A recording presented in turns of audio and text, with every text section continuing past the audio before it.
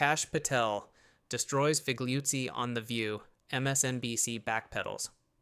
Hard. The lights on the set of The View buzzed gently as camera operators adjusted their angles. The show's iconic table gleamed under the soft stage lighting set against a backdrop of blue and gold banners. It was morning in New York, but the heat in the room felt closer to midday. Something unusual was brewing. Kash Patel, recently appointed FBI director, adjusted the cuff of his shirt. This wasn't just another media appearance. He had agreed to appear on The View, a daytime talk show known more for celebrity gossip and fiery political commentary than serious policy discussions. The producers had promised a respectful conversation, but Kash had read between the lines. He knew the game, and today he had come prepared. To his left sat Frank Figliuzzi, former FBI assistant director, and a frequent face on cable news. His posture was relaxed, his smile almost rehearsed. He looked confident, too confident. Across from them were the show's host, Joy Behar, with her trademark smirk, Whoopi Goldberg, measured but clearly loaded with pointed questions, and Sunny Hostin flipping through notes with a knowing glance. The segment opened with applause, followed by Whoopi's voice. "Today we have two men who know a thing or two about the FBI," she said. "One who used to be on the inside and one who's in the hot seat right now. Welcome, Frank Figliuzzi and director Kash Patel." The camera cut to the two guests. Kash gave a brief nod. Frank smiled and waved. Joy wasted no time. "Let's start simple," she said, leaning forward. "Director Patel, do you spend more time at the FBI or at Bliss nightclub?" The audience gave a confused chuckle. Kash didn't smile. "Excuse me?" he said calmly. Joy raised her eyebrows. "It's just, there've been reports that you're seen more in DC's night scene than in federal briefings." "That's a false defamatory claim," Kash replied evenly, "and beneath the dignity of this program." Frank chuckled. "Come on, Kash, it's a public role." "Optics matter, I agree," Kash said. "Which is why insinuations with no evidence should matter more," Whoopi interjected. "We're not here to attack anyone, we just want the American people to know who's leading one of their most powerful institutions." Kash glanced around the table. "Then, let's talk about leadership. Not rumor." Joy leaned back unsatisfied. "Okay then, since you're clearly touchy about nightlife, what do you say to critics who believe Frank here would have been a better choice for director?" The air grew tighter. Kash turned to Frank. "That's a question for the president, not me. But since we're comparing resumes, I didn't spend my last 3 years lobbing opinions from a news desk." Frank's smile faded slightly. "Those opinions come from decades of service, and they conveniently align with your network's politics," Kash added. The audience stirred. Whoopi raised a hand to calm the tension. "But don't you think," she asked, "that your appointment was political too? Some say you're there to clean house, not to build trust." "I'm there to do the job," Kash said, "and I won't apologize for removing bad actors whether they wore a badge or carried a press pass." Joy scoffed. "So you're the hero now?" No, Kash said. "But I'm not here to play the villain in your script either." Frank folded his arms. "If you can't take the heat, don't take the chair." Kash smiled faintly. "I took the chair to bring truth, and I'm still here." The commercial break couldn't come fast enough. Off-air tension hung like fog. Staffers shuffled nervously behind the cameras.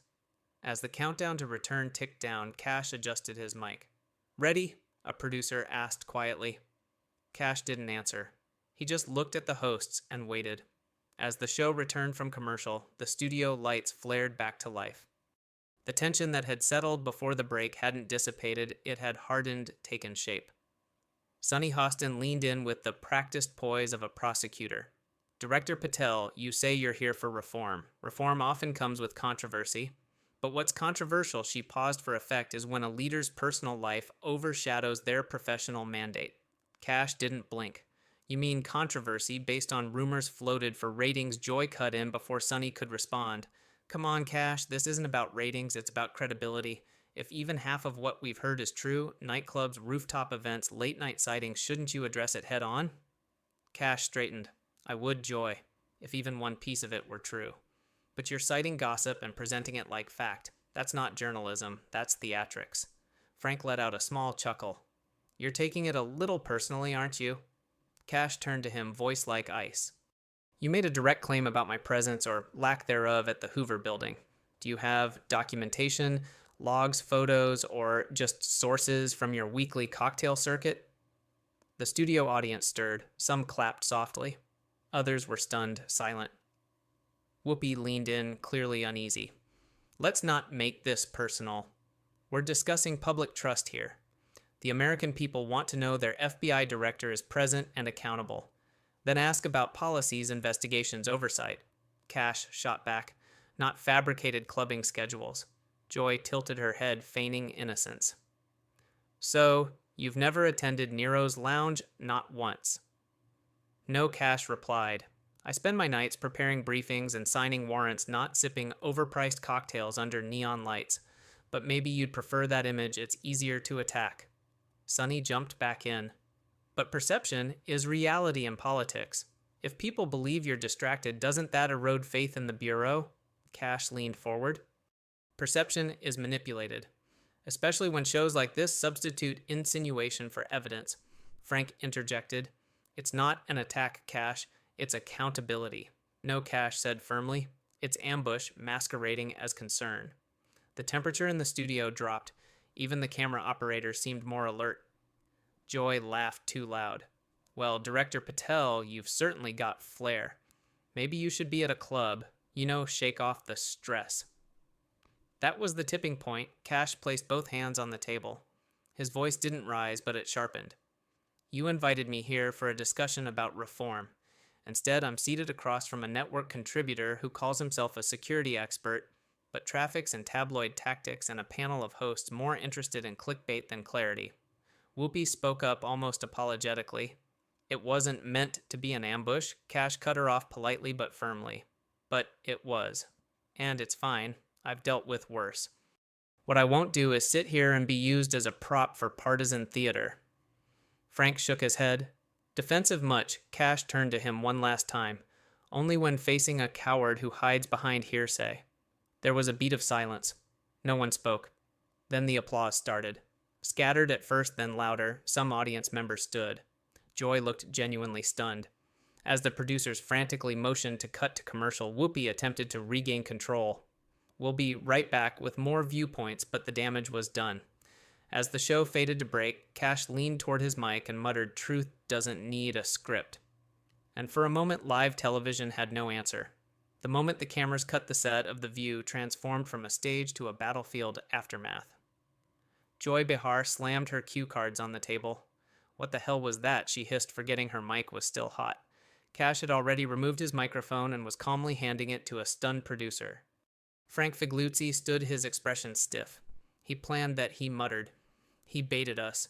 Whoopi, usually the anchor of calm, turned to the crew. Cut his post-interview clip. We're not airing that part. Outside the studio, the internet was exploding. Within 15 minutes, clips of the on-air confrontation flooded social media. Hashtags like The View, Meltdown, Kash Unscripted, and Frank Flops began trending. Memes erupted within the hour. Kash in sunglasses labeled Director of Facts. Joy edited into a meme holding a cocktail labeled Speculation. Producers stared at the numbers in the control room. The segment had just become their most viewed live feed in 6 months, but not all views meant praise. Conservative commentators seized on the exchange. Sean Hannity declared on his show, "That's what real leadership looks like." Kash Patel didn't just walk into the lion's den, he muzzled it. Liberal voices were split. Some accused The View of staging a media hit job. Others, including CNN analysts, suggested Kash had weaponized outrage for political gain. Back in the green room, Kash checked his phone. Messages poured in. From lawmakers, bold move. From colleagues, they didn't see it coming. From his communications director, we have a PR opportunity. Strike while it's hot. Kash turned to his aide. Draft a statement. Not defensive, firm. This isn't damage control, it's clarity. Meanwhile, at MSNBC headquarters, calls were flying between departments. Figliuzzi, as one of their frequent contributors, had represented their brand on another network's platform. He went off script, one exec said. Did he clear the claim with anyone here? Another asked. By noon, an internal MSNBC email went out. We are reviewing Mr. Figliuzzi's statements in light of public response. Kash's team moved fast. Within hours, they released a video of Patel addressing the media. Standing outside FBI headquarters, Kash looked directly into the camera. "What you saw today wasn't journalism, it was theater. I came on that show to talk about reforms. What I received was a coordinated attempt to diminish not just my work, but the institution I serve." He continued, "Let me be clear. I will not let it stand. We are reviewing all legal options in response to defamatory claims aired nationally without evidence." That evening, as Kash's video passed 1 million views, The View released a short statement. "We stand by our broadcast and our commitment to asking tough questions." The wording didn't sit well with many viewers. Journalists from both sides weighed in. Megyn Kelly tweeted inviting someone to speak, then mocking them with tabloid trash isn't journalism. Kash didn't flinch. That's rare. Meanwhile, MSNBC legal counsel convened a late-night meeting with producers and Figliuzzi.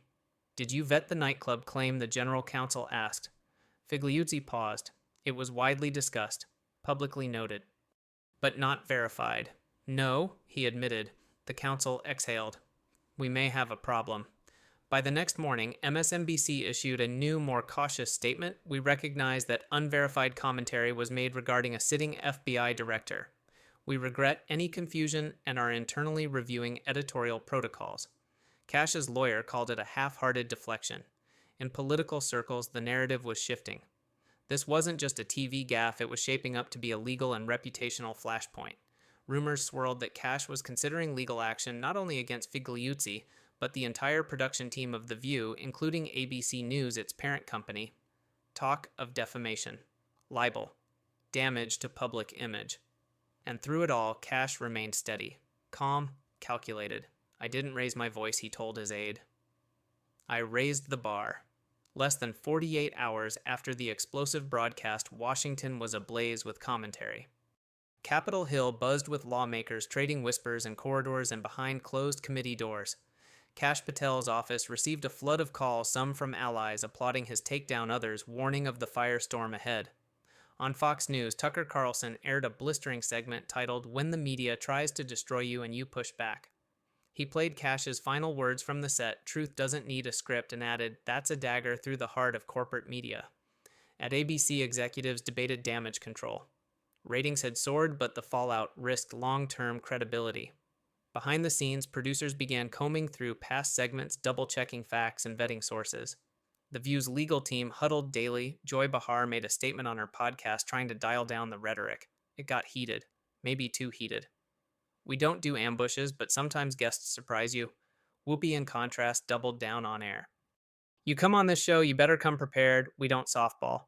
If Kash can't handle questions, maybe he's not ready for that big chair." Frank Figliuzzi had gone silent. His media appearances paused, his usual MSNBC slots quietly filled with substitute commentators. The silence, however, was not a retreat, it was strategy. Behind closed doors, his legal team was consulting crisis PR specialists. They considered issuing a joint statement with MSNBC, but internal divisions held things up. One faction wanted to fight back. Another urged a quiet apology. Meanwhile, Kash Patel's legal strategy was crystallizing.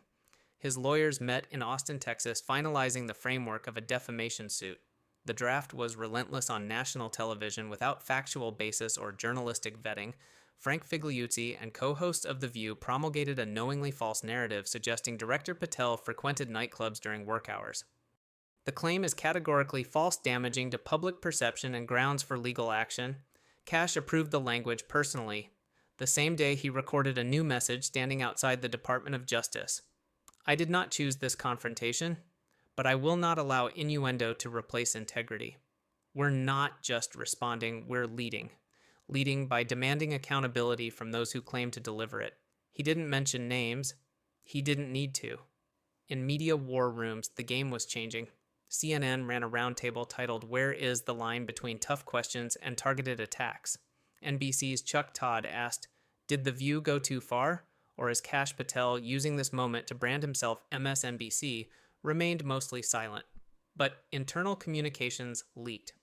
In one email, a senior editorial producer wrote, "Figliuzzi should have never gone there. Joy didn't help. We lost the narrative." Kash, meanwhile, was gaining ground. polls showed a bump in public trust toward the FBI, a rare feat in today's polarized environment. His approval ratings climbed. Op-eds from unlikely allies began surfacing. Even some liberal voices called for transparency. On The Atlantic, an editorial titled "The View Missed the Point" argued instead of dissecting policy, they played tabloid. Kash's response wasn't just effective, it was necessary. As the days passed, momentum built. Patel's legal team filed the official complaint in federal court. It named ABC, MSNBC, and Frank Figliuzzi. And with that, the story escalated from controversy to confrontation. The courthouse in Austin buzzed with activity. Journalists clustered by the marble steps, mics ready, camera crews adjusting angles. Inside, the clerk stamped the cover sheet Patel v. Figliuzzi, ABC, and MSNBC. The lawsuit demanded $20 million in damages, a public retraction, and a full apology aired in primetime. The filing was sharp-citing case law, sworn affidavits, and time-stamped work logs proving Patel's presence at the Hoover Building during all alleged nightclub appearances. Kash's legal team released a statement to accompany the filing. Public officials deserve scrutiny, but scrutiny must be grounded in truth. Director Patel will not tolerate reckless defamation masked as journalism. Cable news cut live to the courthouse. Fox News Max, even CNN all ran segments dissecting the legal language. Legal experts debated the strength of the claim. He's got evidence. Figliuzzi, so far, doesn't one analyst on Court TV observed. Online discourse exploded. Kash vs. MSNBC trended across platforms. Reddit threads titled "FBI Director Goes Nuclear" garnered thousands of upvotes, with users split between cheering Kash's stand and questioning his motives. Meanwhile, The View tried damage control. The next episode featured Joy and Whoopi delivering what appeared to be a pre-written disclaimer: "We value spirited debate. We regret if any remarks were misunderstood or mischaracterized. We're committed to truth and fairness." The audience clapped awkwardly. Kash fired back during a live press event outside FBI HQ. Truth isn't a PR line, it's a duty. If they valued fairness, they'd apologize on air with facts. At MSNBC, legal advisors convened a crisis strategy session. "What's our threshold for settlement?" one VP asked, because discovery could expose a lot. Emails were subpoenaed. One internal thread revealed a segment producer had warned, "If Frank riffs too far, we might be liable." Another message read, "Joy wants to keep the nightclub joke. Should we cut it?" Public support for Kash continued to rise. The FBI's social channels, usually reserved for bulletins, saw record engagement when they posted a photo of Patel working late at his desk. The caption read, "We serve without distraction." Late-night hosts jumped in. Stephen Colbert joked MSNBC said he was at Nero's. Turns out he was just at zero tolerance. The joke landed, but the laughter was nervous. Kash, never known for flair, suddenly became a symbol. Commentators called him the man who took on media madness.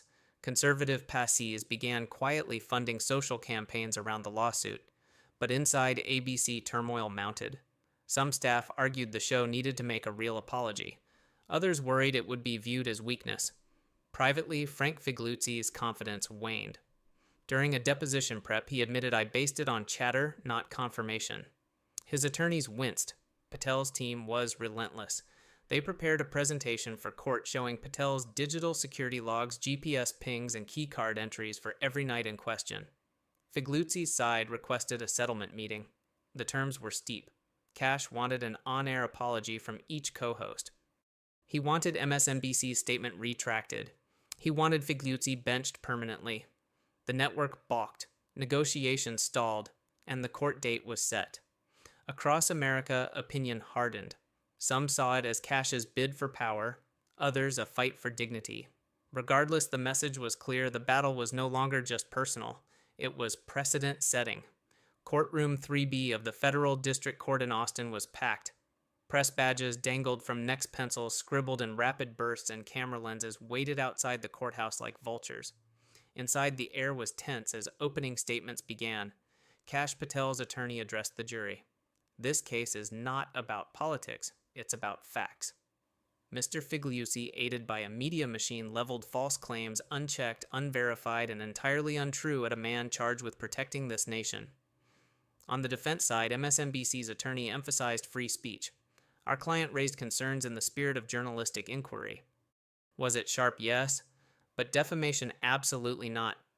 Then came the evidence. Cash's legal team presented a stack of security footage from the FBI building complete with time-stamped logs. Patel was working late every night he was allegedly seen clubbing. Then came the internal emails from ABC and MSNBC. An email from a segment producer. Joy insists on keeping the joke. Frank says he'll make it sound sourced. Risky but spicy. Another read legal is twitchy, but let's roll the dice. Cash won't sue. The jury's expressions darkened. Frank Figliuzzi took the stand. Under oath, he faltered. I had no direct evidence. I was relying on conversations off the record, things I'd heard. Did you verify any of it? No. Did you attempt to? I assumed producers had. Gasps rippled through the courtroom. The next witness was a former ABC executive who had since resigned. The segment was designed to provoke, she admitted. Ratings were down. Joy wanted fireworks. Frank obliged. Cash sat calmly. His gaze never left the jury. The defense tried to pivot, blaming the editorial process, claiming unintentional harm. But the damage was done. In closing arguments, Cash's counsel said, "Free speech is not free license. We are here because institutions forgot that journalism must rest on truth." This wasn't tough questioning. It was targeted humiliation. The jury deliberated for less than 3 hours. When they returned, the foreman spoke with crisp certainty. "We find in favor of the plaintiff. Kash Patel had won. Damages awarded $7.5 million, $5 million, punitive $2.5 million compensatory." Figliuzzi's face fell. Joy Behar was not present in court, but her name dominated social media. MSNBC issued a statement that evening. "We respect the court's decision and are reviewing the implications. We remain committed to high journalistic standards." Cash's reaction was firm and quiet. "This verdict isn't mine alone. It belongs to everyone who believes public service deserves respect, not ridicule." Outside the courtroom, supporters gathered. One held a sign, "Truth still matters." Overnight media outlets scrambled. Some admitted missteps. Others doubled down. But one thing was clear, this wasn't just a legal win, it was cultural, it was reputational, and for media watchdogs it was precedent. Cash declined celebratory interviews. Instead, he posted a message to the American people: "I didn't fight this battle for vanity. I fought because silence invites abuse. To those who believed, who stood firm, thank you. We've only just begun." The closing scene of this chapter wasn't a celebration. It was resolve. And in the eyes of many, it made Kash Patel more than a director. It made him a figure. The ruling echoed beyond courtroom walls. Editorial desks across America erupted in tense conversation. At MSNBC, a late-night emergency meeting was convened. The question wasn't just legal, it was existential. We got beat. Badly. And not just in court, one senior producer admitted. In public trust, too. Their network reputation had been bruised. Internally, anchors debated how to move forward. One segment producer suggested suspending Figliuzzi indefinitely. Another proposed a special on media ethics and olive branch to critics. At ABC, the views cast faced mounting pressure. Viewers demanded accountability. Hashtags like "Niwashi Bahar apologize" and "Whoopi walk back" trended. Ratings dipped. Sponsors requested meetings. Joy Behar broke her silence with a tweet. "Sometimes jokes hurt. For that, I regret my tone." The response was swift and unsympathetic. "Your tone tried to destroy a man's reputation," one reply read. "Not funny." Meanwhile, Kash Patel maintained a calm, resolute front. He refused victory laps. Instead, he issued a call to arms. "This is about restoring public trust in journalism and government in truth." He returned to his post at the FBI with renewed focus. Internally, staff noted a subtle shift. Patel delegated less and attended every briefing. He was building not just a legacy, but a movement. His name began surfacing in unexpected places. Conservative think tanks invited him to speak. Grassroots forums streamed his court statements. Memes now featured him alongside quotes about integrity and courage. He became more than a symbol, one strategist observed on C-SPAN. He became a pivot point. Media accountability just found its face. MSNBC's leadership huddled for brand damage control. The legal team recommended a settlement to avoid further discovery fallout.